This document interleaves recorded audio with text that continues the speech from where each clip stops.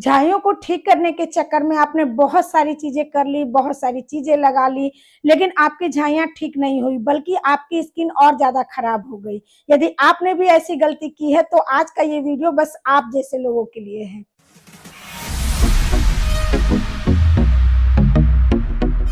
Hello friends, मैं नीलू आप सभी का स्वागत करती हूं अपने चैनल नीलू ब्यूटी सेक्शन में। यदि आप किसी उस जन्म में से हैं कि अपनी झाइयों को ठीक करने के चक्कर में आप बहुत सारे ट्रीटमेंट करा लिए, बहुत सारे क्रीम लगा लिए, बहुत सारे होम रेमेडी कर ली है, लेकिन आपकी झाइयां ठीक नहीं हो रही और नहीं तो आपकी स्किन खराब हो गई है, तो आज का ये वीडियो पूरा देखिएगा। क्यों? इसलिए कि आज की इस वीडियो को अगर आप पूरा देख लेते हैं, समझ लेते हैं, तो आपको किसी से पूछने की कोई जरूरत नहीं होगी कि आपको अपने झाइयों को ठीक करने के लिए क्या लगाना चाहिए। और दूसरी चीज, आप खुद डिसाइड कर पाएंगे कि आपको अपनी झाइयों को ठीक करने के लिए क्या करना चाहिए। तो आज का जो ये वीडियो मैं बना रही हूँ वो इसी आधार पर बना रही हूँ कि मुझे इंस्टाग्राम पे बहुत सारे कमेंट्स आ रहे हैं, मैसेज आ रहे हैं कि झाइयों को हम कैसे ठीक करें, आप हमें बताइए। तो मैं जब उन लोगों से पूछती हूँ कि आपका स्किन टाइप क्या है, आपकी स्किन पे किस तरीके की झाइयां हैं, तो मुझे पिक्चर भी भेजे जा रहे हैं। और जब मैं पिक्चर देखती हूँ तो मैं उनसे पूछती हूँ कि आपका फेस इतना रेड क्यों है, आपके माउथ के अराउंड रेड है, नाकों के पास रेड है, ये ऐसा क्यों है। तो वो लोग बोलती हैं कि हमने ये क्रीम लगाया था झाइयों को ठीक करने के लिए, झाइयां तो ठीक नहीं हुई और नहीं तो हमारा स्किन कुछ इस तरीके से हो गया है। मैं ये देख के एकदम शॉक हो जाती हूँ कि बताने वाले भी कैसे हैं और लगाने वाले लोगों को भी एक बार सोचना चाहिए कि आप जो लगा रहे हैं क्या वो आपके लिए है या नहीं है। वीडियो को लंबा ना करते हुए वीडियो के टॉपिक पे आते हैं। तो सबसे पहले तो यदि आप ये सोचते हैं कि हम कुछ लगा लेंगे और हमारी झाइयां ठीक हो जाएगी, ये एकदम गलत है। आपको अपनी स्किन पे किस तरीके से क्या लगाना चाहिए वो मैं बताऊंगी आज की वीडियो में। और दूसरी चीज ये कि सबसे पहले ये जानना जरूरी है अभी के टाइम में कि झाइयां हमारे स्किन पे क्यों हो रही है। पहले के टाइम में ऐसा होता था कि जो एजेड महिलाएं थी उन लोगों को सिर्फ झाइयां हुआ करती थी, क्योंकि उम्र बढ़ने के बाद हार्मोन इनबैलेंस हो जाता है, हार्मोन अप डाउन होते रहता है, तो झाइयां होने की समस्या हो जाती थी। लेकिन अभी के टाइम में ऐसा हो गया है कि छोटी छोटी बच्चियों को झाइयां हो रही है, हर एज ग्रुप की महिला को झाइयां हो रही है, जेंट्स लोगों को झाइयां हो रही है। तो ये होने का रीजन क्या है? बहुत सारे लोग बोलते हैं हार्मोनल इनबैलेंस, जेनेटिक है, धूप से है, लेकिन जी नहीं। इसका जो मेन कारण है अगर वो आप जान जाएंगे तो आप इसको खुद बहुत आसानी से ठीक कर सकते हैं। तो इसका जो मेन कारण होता है वो ये होता है कि आपके स्किन पे यदि झाइयां हो गई है तो आप ये समझ जाइए कि आपका स्किन आपसे प्रोटेक्शन मांग रहा है। जी हाँ, प्रोटेक्शन मांग रहा है, वो अनसिक्योर हो गया है। अगर आपके फेस पे झाइयां है तो उसका होने का रीजन ये हो सकता है कि आपकी जो स्किन है किसी ना किसी कारण से डैमेज होने वाली है, इसलिए बहुत अधिक मात्रा में हमारा शरीर मेलेनियन प्रोड्यूस करता है। सबसे पहले मैं आप लोगों को छोटी सी एक बात समझाना चाहती हूँ। हम जब धूप में जाते हैं तो हमारे फेस पे बहुत ज्यादा मेलेनियन बनता है और हमारा स्किन टैन हो जाता है, मतलब थोड़ा डार्क कलर का हो जाता है।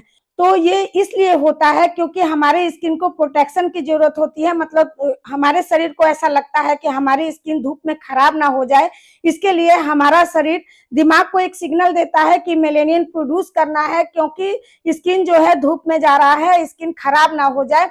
तो इसलिए हमारा शरीर बहुत तेजी से मेलेनियन बनाने लगता है। और यही मेलेनियन पहले छोटे छोटे स्पॉट्स होते हैं और बाद में मेलाज्मा, हाइपर पिगमेंटेशन का रूप ले लेते हैं, मतलब पहले ब्राउन कलर के फिर ये ब्लैक कलर के हो जाते हैं। ये कब होते हैं? जब आपका स्किन दिन प्रतिदिन डैमेज होते रहता है। तो ये डैमेज होता कैसे है? तो देखिए, पहले का जो हमारा वातावरण था उसमें इतनी गंदगी नहीं थी, इतना प्रदूषण नहीं था, सूरज की जो हानिकारक किरणें थी वो सॉफ्ट थी। अभी के टाइम में गर्मी बहुत ज्यादा है, तेज धूप हो रही है, तो ये सारी चीजें हमारी स्किन को डैमेज करती है, तो हमारे शरीर में बहुत अधिक मेलेनियन बनने लगता है। और दूसरा जो कारण हो सकता है वो ये होता है कि हमारे शरीर के अंदर अगर किसी भी विटामिन मिनरल की कमी होती है या किसी तरीके की गड़बड़ी चलती है तो सबसे पहले हमारा स्किन, हमारा बाल, हमारे नाखून खराब होते हैं। जब हमारे शरीर के अंदर गड़बड़ी चलती है या फिर किसी भी चीज की कमी होती है और हमारे शरीर को ऐसा लगता है कि हमारा स्किन अब खराब होने वाला है, तो बहुत तेजी से मेलेनियन प्रोड्यूस होता है। इसको प्रोटेक्ट करने के लिए, शरीर खुद से प्रोटेक्ट करने के लिए मेलेनियन बहुत ज्यादा प्रोड्यूस करता है और वही पैचेस में इकट्ठा हो जाता है, क्योंकि आप अंदर से काम नहीं कर रहे हैं। शरीर अंदर से ठीक नहीं हो रही है, जिस चीज की कमी है उसकी पूर्ति नहीं हो रही है, तो जब मेलेनियन बहुत ज्यादा बनने लगता है और पैचेस में इकट्ठा हो जाता है तो वो जल्दी से जाता नहीं है। वही मेलेनियन जो है जब ब्राउन कलर का होता है तो उसे हम लोग स्पॉट्स बोलते हैं। जब वो थोड़ा डार्क होता है तो मेलाज्मा होता है। जब बहुत ज्यादा डार्क हो जाता है तो हाइपर पिगमेंटेशन हो जाता है। तो इसी तरीके से पिगमेंटेशन होता है। तो अब आप ये समझ गए होंगे कि झाइयां होने का कारण क्या है। कारण यही है कि आपका स्किन आपसे प्रोटेक्शन मांग रहा है। अब दूसरी चीज ये है कि झाइयों को ठीक करना चाहते हैं आप, तो सिर्फ लगाने से काम नहीं चलेगा। जैसे कि मैं हर वीडियो में बोलती हूँ, जब आप अपने चेहरे पे कुछ लगाते हैं झाइयों को ठीक करने के लिए तो उसका रिजल्ट मात्र 30% मिलता है। जी हाँ, अगर आप अंदर से काम करते हैं, मतलब शरीर के अंदर जो गड़बड़ी चल रही है उसको फिक्स करना चाहते हैं और करना शुरू करते हैं तो आपको रिजल्ट 70% मिलता है। तो सोचिए कि जब आप दोनों काम करेंगे तो आपको रिजल्ट बहुत अच्छे देखने के लिए मिलते हैं। अब कुछ लोग क्या करते हैं कि हम अपनी झाइयों को जल्दी से ठीक कर लेंगे, इस चक्कर में कोई भी क्रीम लगाना शुरू कर देते हैं और उनकी झाइयां ठीक होने के बजाय और ज्यादा बढ़ जाती है। क्योंकि पहले तो आप लगाते हैं तो आपको लगता है कि वाह बहुत अच्छा रिजल्ट मिल रहा है, क्योंकि शरीर को भी ऐसा महसूस होता है कि आप जो लगा रहे हैं वो स्किन की बेहतरी के लिए लगा रहे हैं, तो बहुत अच्छा लगता है। लेकिन जैसे ही आप उसको छोड़ते हैं तो आपका जो बैरियर है वो डैमेज हो जाता है। स्किन जो ऊपर का होता है वो हट जाता है और जब नीचे का स्किन निकलता है तो वो जब धूप और गंदगी के संपर्क में आता है तो वो और ज्यादा डैमेज हो जाता है।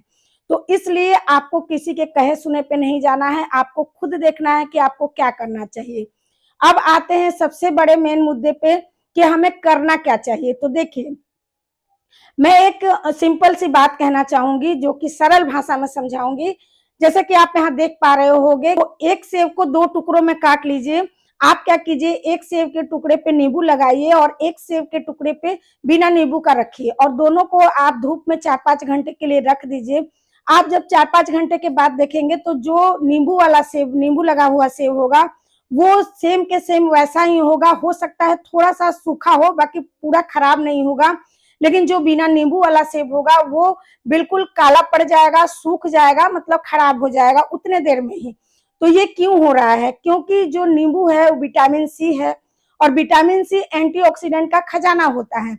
अब जब उस पर नींबू लगा दिया गया है तो वो जो सेब है वो ऑक्सीडाइज नहीं हुआ, वो खराब नहीं हुआ, वो कुछ देर तक चला। उसी तरीके से आपको अपने शरीर को एंटीऑक्सीडेंट वाली चीजें देनी चाहिए। वो बहुत जल्दी जल्दी मदद करता है आपके स्किन को हील करने में, रिपेयर करने में और सबसे अच्छी बात कि आपके शरीर को अंदर से बेहतर रखने में। अब एंटीऑक्सीडेंट वाली हम कौन सी चीजें लें? तो देखिए, सबसे आसान जो मुझसे पूछेंगे तो वो है आंवला का जूस। सबसे आसान होता है आंवला जूस, एंटीऑक्सीडेंट का खजाना है, विटामिन सी का खजाना है। वैसे बहुत सारी चीजें हैं, आप आंवला ले सकते हैं, आप नींबू जूस ले सकते हैं, आप एप्पल साइडर विनेगर ले सकते हैं, आप बीटरूट ले सकते हैं और भी बहुत सारी चीजें हैं, अनार ले सकते हैं। आप पता करेंगे तो आपको बहुत सारी चीजें एंटीऑक्सीडेंट वाले पता चलेगी। आप संतरा ले सकते हैं। इन सब चीजों में विटामिन सी और साथ में एंटीऑक्सीडेंट होता है। तो आपको डेली एक एंटीऑक्सीडेंट वाली चीज लेनी चाहिए। मैं अभी 3 महीने से लगातार आंवला जूस ले रही हूँ और मुझे बहुत अच्छे फायदे दिख रहे हैं इसके। आप यहाँ देख सकते हैं, ये वाला आंवला जूस मैं ले रही हूँ क्योंकि मेरी एज 40+ है और मुझे नींद कम लगने की प्रॉब्लम हो गई थी और मुझे किसी ने इसको बताया और मैं 3 महीने से ले रही हूँ। मुझे बहुत अच्छे रिजल्ट मिल रहे हैं क्योंकि इसमें मुलेठी है, इसमें अश्वगंधा है, इसमें गिलोय है, इसमें आंवला है और भी बहुत सारी चीजें हैं जो आपके गट के लिए बहुत अच्छी है, आपके नींद के लिए बहुत अच्छी है। तो ये सारी चीजें आपके हड्डी के लिए बहुत अच्छी है। तो इसलिए मैं 3 महीने से इसे ले रही हूँ। अगर आप लोग लेना चाहते हैं तो मैं यहाँ पे टैग कर देती हूँ प्रोडक्ट, आप ले सकते हैं। तो इसलिए अब मैं ये नहीं कहती कि आप यही लीजिए, आपको जो अच्छा लगता है, आप नींबू पानी ले सकते हैं, आंवला जूस लीजिए, जो भी आपको अच्छा लगता है। मैंने एंटीऑक्सीडेंट वाली कुछ चीजें बताई है, आप सर्च करोगे तो आपको और भी चीजें मिल जाएगी एंटीऑक्सीडेंट के लिए। लेकिन आपको एक एंटीऑक्सीडेंट वाली चीजें लेनी चाहिए डेली अपने डाइट में।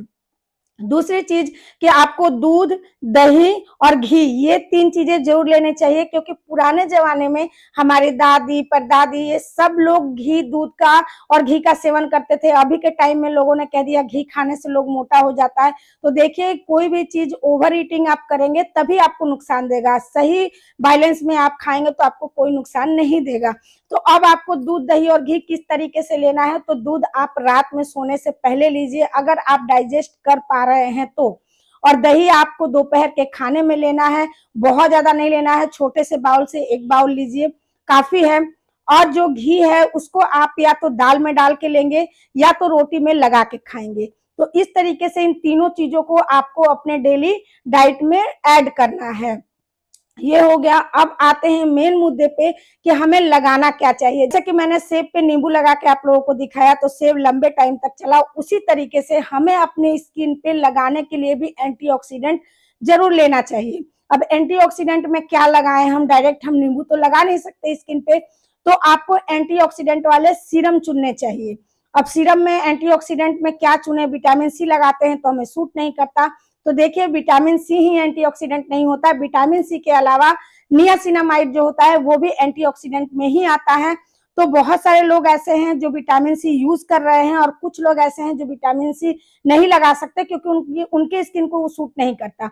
तो जिनकी स्किन बहुत ज्यादा ड्राई है, जिनकी स्किन बहुत ज्यादा ऑयली और एक्ने प्रोन है, उन लोगों के लिए है नियासिनामाइड, और जिनको सूट कर जाता है उनके लिए है विटामिन सी। एक आपको सीरम तो लेना ही चाहिए, या तो आप विटामिन सी की तरफ जा सकते हैं या फिर नियासिनामाइड की तरफ जा सकते हैं। अब जो लोग सीरम खरीदने के लिए सक्षम नहीं है, बहुत सारे ऐसे लोग हैं जिनके बजट में उतना नहीं है, तो आप एक ऐसा मॉइस्चराइजर ढूंढिए जिसके अंदर विटामिन सी और नियासिनामाइड हो। या तो आप दोनों चीजों वाले ले सकते हैं, विटामिन सी नियासिनामाइड वाला आपको मॉइस्चराइजर मिल जाएगा, या तो सिर्फ नियासिनामाइड वाला मॉइस्चराइजर मिल जाएगा, सेरेमाइड वाला मॉइस्चराइजर मिल जाएगा। तो आप इस तरीके से अपने स्किन केयर में कुछ नहीं कर सकते तो एक अच्छा मॉइस्चराइजर और एक अच्छा सनस्क्रीन, ये 2 चीजें जरूर लीजिए। और ज्यादा आपको कुछ करने की जरूरत नहीं है, ये 2 चीजें आपको लेनी है। और लेने से मतलब नहीं है और महंगे सस्ते से मतलब नहीं है, मतलब ये है कि आपको डेली स्नान करने के बाद आपको एक अच्छा मॉइस्चराइजर लगाना है और आपको उसके ऊपर से सनस्क्रीन लगाना है। और एक बात और, सनस्क्रीन भी बार बार लेयरिंग नहीं करनी है। सनस्क्रीन जब ओवर हम लगाते हैं तो हमारे पोर्स जो है वो बंद हो जाते हैं और उसके बाद अंदर स्वेटिंग होता है, अंदर पसीना होता है, ऊपर से एक लेयर लगा हुआ है, तो जिसकी वजह से हमें पिंपल्स, दाने या फिर स्किन काला पड़ने की समस्या हो सकती है। इसलिए एक बार दिन भर में काफी होता है सनस्क्रीन। यदि आप बाहर बहुत तेज धूप में जा रहे हैं तब आपको सनस्क्रीन लेयर करना चाहिए, लेकिन लेयरिंग करने से पहले जो आपने पहली बार सनस्क्रीन लगा रखा है उसको एक वाइप से क्लीन कीजिए, उसके बाद दूसरा लेयर सनस्क्रीन का लगाइए। तो इस तरीके से आपको हर चीज का ध्यान रखना होगा। आप ये सोचेंगे कि हम कुछ लगा लेंगे और हमारी झाइयां ठीक हो जाएगी, तो ऐसा बिल्कुल भी नहीं होता। आपको अपने खाने पे भी, जैसे कि मैंने कहा, आप इस तरीके से करके देखिए। आप आंवला जूस 3 महीने लीजिए, फिर मुझे नीचे आके बताइए कि आपको लाभ हुआ या नहीं। और विटामिन सी का एक सीरम ले लीजिए और नहीं तो विटामिन सी वाला मॉइस्चराइजर लीजिए। आपको बहुत सारे मॉइस्चराइजर मिल जाएंगे। अगर आप लोग प्रोडक्ट लेना चाहते हैं तो जो मैंने खुद यूज किए हैं या फिर मैंने घर में किसी को रिकमेंड किया है और उसके रिजल्ट अच्छे मिले हैं तो वो मैं टैग कर दूंगी, आप लोग लेना चाहें तो ले सकते हैं। कुछ सीरम भी मैं टैग कर दूंगी, कुछ मॉइस्चराइजर भी मैं टैग कर दूंगी और कुछ सनस्क्रीन भी मैं टैग कर दूंगी, और जो मैं आंवला जूस लेती हूँ वो भी टैग कर दूंगी। यदि आप लोग लेना चाहते हैं तो ले सकते हैं। मैं आप लोगों से यही कहूंगी कि अगर आप अपने झाइयों को ठीक करना चाहते हैं, अपने शरीर पे काम कीजिए, आपकी झाइयां नॉर्मली धीरे धीरे करके ठीक हो जाएगी। झाइयां ना ही एक दिन में आती है और ना ही एक दिन में जाती है। और मैं इसी सब टॉपिक पे अभी मैं रेगुलर वीडियो लेके आऊंगी। आज मेरा डे 1 था जिसमें मैंने आप लोगों को ये समझाने की कोशिश की झाइयां होती क्यों हैं, क्योंकि यदि आप ये समझ जाएंगे कि झाइयां क्यों होती है तो आप खुद उस पर काम कर सकते हैं।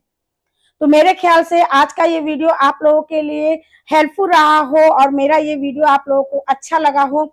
यदि अच्छा लगा है तो लाइक जरूर कीजिएगा, और मेरा नेक्स्ट वीडियो अगर आप देखना चाहते हैं, इसी तरीके की मैं वीडियो लेके आने वाली हूँ, तो चैनल को सब्सक्राइब जरूर कर लीजिए। और जो लोग सब्सक्राइब कर रखे हैं, रोज मेरा वीडियो देखते हैं, बहुत सारे ऐसे लोग हैं और रोज कमेंट भी कर रहे हैं, तो उन लोगों को मैं थैंक यू कहना चाहूंगी। आज का ये वीडियो आप जरूरतमंद के साथ शेयर भी जरूर कीजिएगा, क्योंकि मैं आज के वीडियो में पूरी ईमानदारी से और सच्ची चीजें बताई हूँ कि आपको अपने झाइयों को ठीक करने के लिए क्या करना चाहिए। और हो सके तो आज के बताए हुए चीजों को आप फॉलो करके देखिएगा।